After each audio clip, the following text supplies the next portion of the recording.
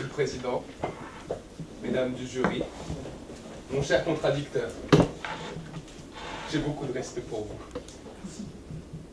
J'ai pas tout compris. J'ai adoré. J'ai adoré, vraiment. Je suis un peu impressionné d'être là, maintenant. Et vous? Êtes-vous de ceux qui n'ont de pensée que par les livres? Êtes-vous de ces gens qui ne savent penser qu'assis? Non?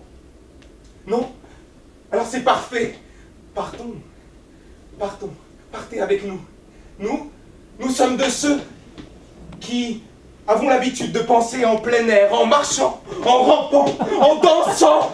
Nous avons l'habitude de penser le plus loin possible, là-bas. Là-bas sur les montagnes solitaires, vous les voyez? Ou près de la mer, là-bas. Là-bas où les chemins deviennent incertains.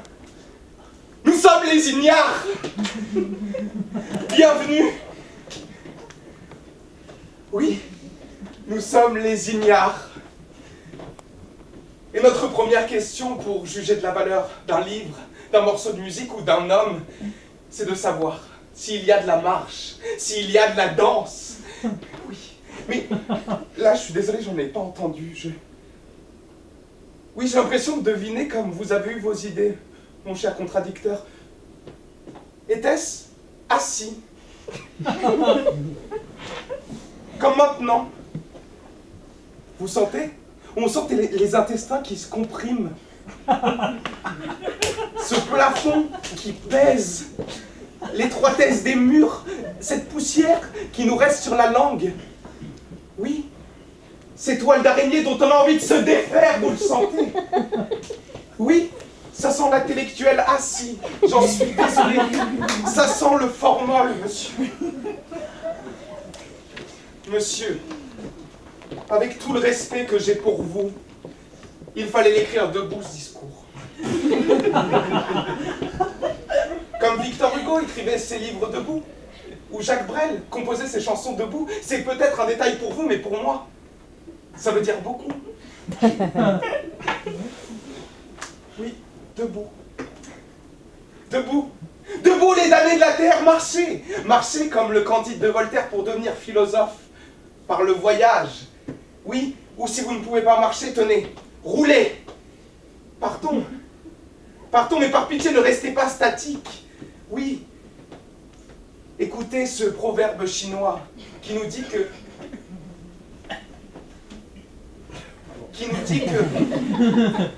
la lecture de 10 000 livres... J'ai oublié. Non, la lecture de 10 000 livres ne vaut pas un voyage de 10 000 kilomètres. Oui, à condition d'y emmener un bol, bien sûr, au cas où l'on vous propose du riz. N'oubliez jamais. Non. Je suis plus où je suis. Oui, vous le savez. Vous le savez, puisque Nietzsche l'a dit, et vous parliez de Nietzsche. Être cul de plomb.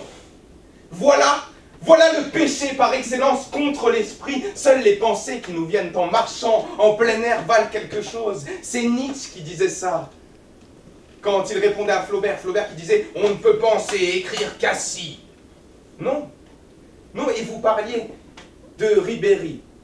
Vous avez demandé ce qu'aurait dit Nietzsche de Ribéry. Mais Nietzsche était fan de Ribéry. Relisez l'histoire. Nietzsche était fan de Ribéry. Il aurait été le plus grand fan de cet homme puisque Ribéry court. Il ne fait que penser en marchant. Il ne s'assied jamais. Oui, vous le savez. Vous le savez que seules ces pensées qui nous viennent en marchant, celles qui font comme partie de la fête des muscles, ces idées lumineuses, vous savez que seules ces pensées méritent qu'on y prête attention. Et voyez tous ces culs de plomb, ces intellectuels assis qui viennent sur les plateaux de BFM et iTélé. Oui, des paroles, et paroles, et paroles, et pas d'actes. Oui, ce sont ces gens qui...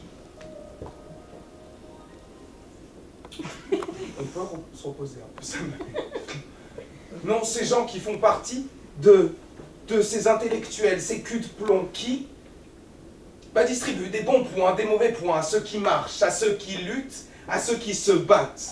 Oui, oui, parce que l'autre, le différent, l'étranger ne peut se rencontrer qu'en marchant. Oui, alors partons, partons sur la route, partons coûte que coûte. Partons. D'ailleurs, il me vient une idée là. N'est-ce pas? N'est-ce pas parce qu'il marche qu'il est ignare? Non? Parce que en marchant, on rencontre d'autres points de vue, d'autres cultures, l'altérité en somme. C'est là qu'on prend conscience de notre profonde et insurmontable ignorance. Et l'intellectuel n'a-t-il pas gagné ce titre puisqu'il est assis? Puisqu'il est assis là sur ses diplômes, sur ses décorations, sur ses titres bien ronflants qui lui donnent le droit de fainéanter bien à son aise et bien confortablement. N'est-ce pas pour cela? Parce qu'il a gagné le titre. Il a gagné le titre magnifique. Celui d'intellectuel. C'est beau. Et d'ailleurs, il me semblerait que la personne qui a imaginé ce sujet était elle-même un intellectuel assis. Peut-être au café de Flore. Je ne sais. Voyez, ce mépris dans le terme ignare. On aurait pu choisir ignorant, ou inculte, ou bien même, tenez, faible d'esprit. Non, on a choisi ignare. Ça respire le café crème, non? Et vous parliez de Sartre.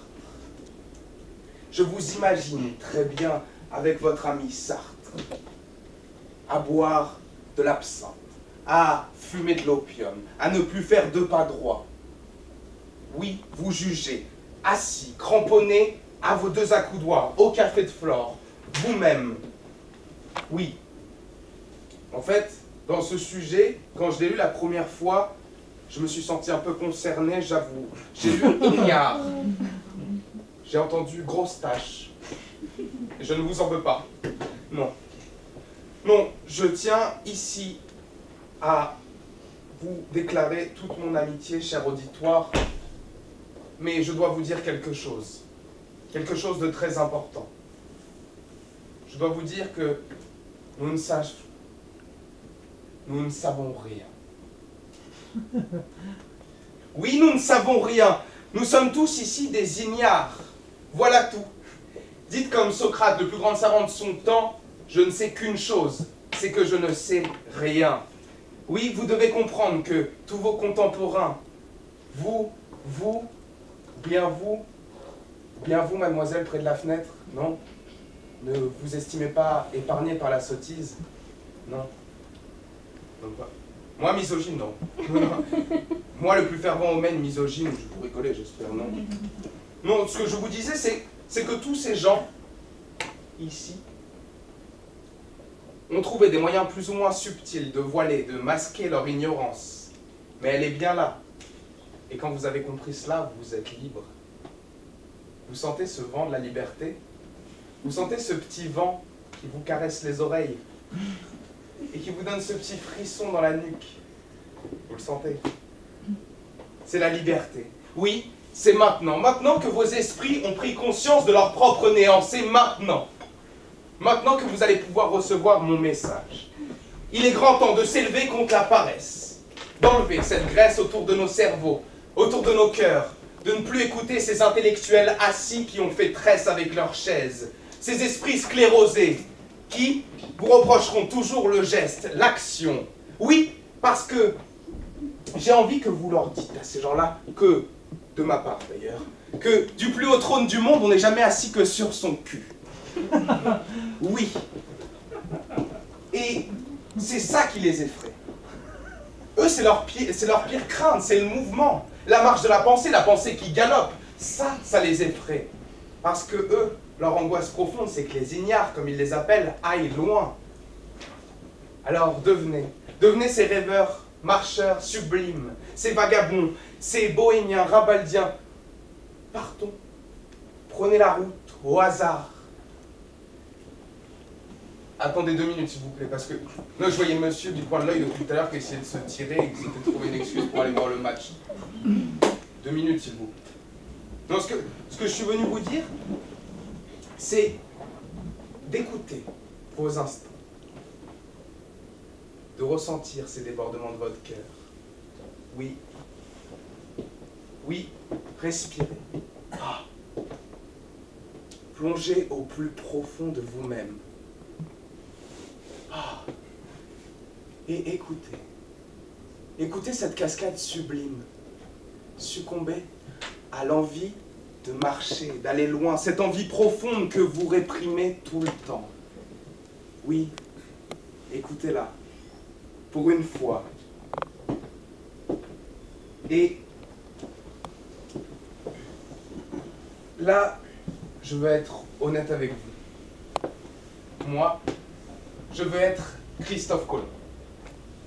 Le plus illustre ignare, qui, pour ne pas avoir écouté les intellectuels assis de son temps, est allé plus loin que tout le monde. Là où personne n'était jamais allé, au Nouveau Monde. Laissez-moi être Galilée, Van Gogh, Pasteur, tous ces gens qui ont marché dans les ténèbres avec un bonnet d'âne sur la tête et dans le bruit assourdissant des railleries des intellectuels bien assis.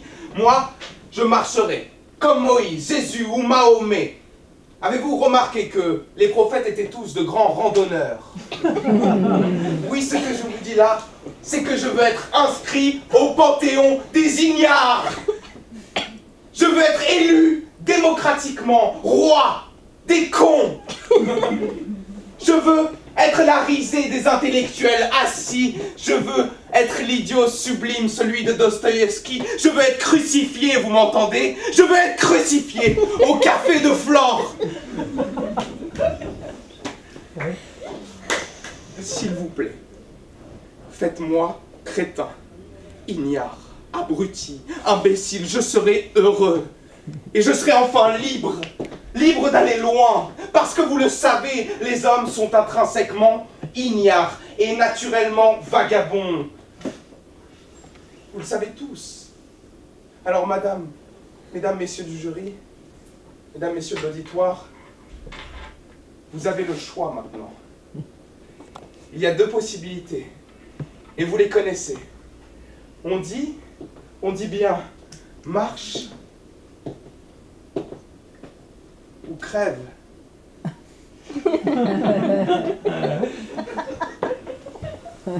Alors maintenant, vous voulez me suivre, c'est ça? Oui? Alors levez-vous. Levez-vous. Merci.